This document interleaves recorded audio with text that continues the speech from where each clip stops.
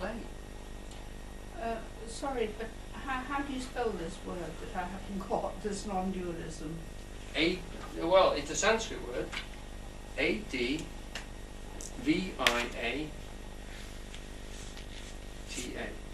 Advaita. And it's a Sanskrit? Yeah. It's a very old Indian concept. Basically, Advyata. Advyata. Advyata.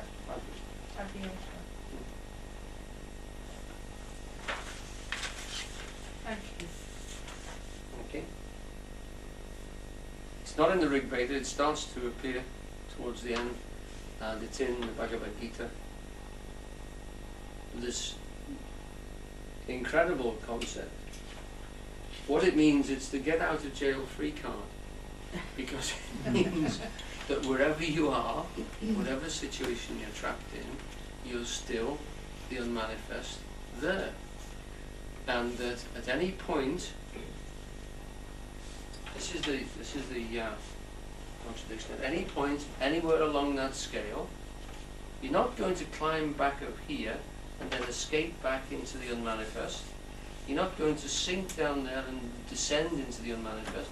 Anywhere, all the way down, the unmanifest is holding you in being, and all the way up, the unmanifest is holding you in being. So anytime, if you like, you could go off at a tangent, at a separate angle, and go back into being what you are, which is the same suchness that everything is created out of, the same oneness that was there in the first place. So if you were completely enlightened, your life would be exactly the same as it is now, only just slightly different. One of the Zen guys says that the enlightened world is less than an inch away from the one you're living in now. Isn't that what Eugene called the Sutton School? Sutton School, yes. Yeah. You work for many years to suddenly get there. Yeah, because in a sense it can only be achieved suddenly because it isn't a form.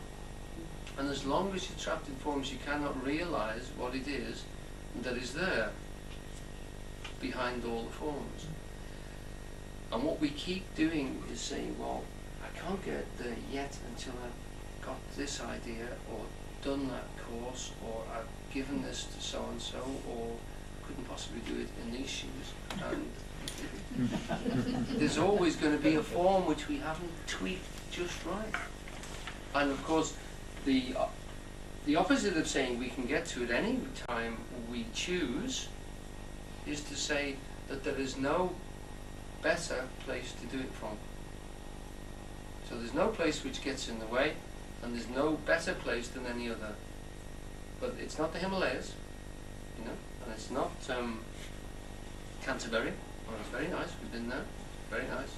But it isn't any more special than Tesco's or your coal shed, whatever. It's all created by the same stuff. So, and when it creates this incredible dualism of polarity, which is what we're talking about here. And you have to keep remembering that in any situation, in any duality, it's always suchness that it's made of. And if you keep reminding yourself it's made of suchness, then you can keep pulling yourself back into the fact that it is a show, it is a presentation, just like the play that Shakespeare is writing about. It's a presentation on the stage, and the audience are in this situation being like God, because not only can they see what people are doing, but in Shakespeare's case, perhaps for the first time on the theatre, you can see what the actors are actually thinking, because he takes a great deal of effort to suggest things through his language and through his situations that we're watching them think, that we know more about the situation, you know, than they do. That we know that the king is dressed up in disguise and the soldiers don't know that. So we're not just one of, we're two or three up on those characters on the stage. So we're godlike in our understanding of what's happening. And if you've seen the play 2 or 3 times, you even know what's going to happen at the end. So this is an amazing situation to be in. Remember, you enter that timeless phase if you go to see a play a couple of times and you know it backwards. And this happens more often with music. T.S. Eliot says that, you know, and he talks in the 4 quartets about a Chinese vase I think of it as a Chinese plate. We have lots of willow pattern plates in our house. And if you know the story of the willow pattern, you know that you've got the whole story on the plate. It's usually underneath the potatoes. You just move the potatoes. You can see, you've got the lovers, and you've got the father who gets angry and chases them, and they fall in the river, they go away on the boat, and the boat sinks, and they drown, and they come back as bluebirds, the little birds just by the cabbage at the top. And you've got the whole story there. Now, as you go around the plate, you go back to the beginning again. So as you see them holding hands, the two lovers, you think, it's not going to end happily. You've got the whole process. You can see the beginning and the end at the same time. So the plate is, in a strange sense, timeless.